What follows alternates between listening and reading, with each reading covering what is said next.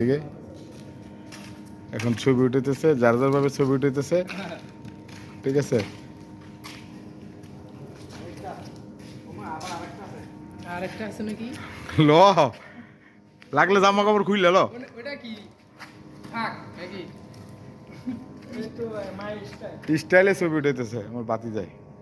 ওটা আবার কি স্টাইল? কয়রাতে স্টাইল। ছবি তুলতেছে এর মনে আলু দেওয়া আছে। আলু দেওয়া না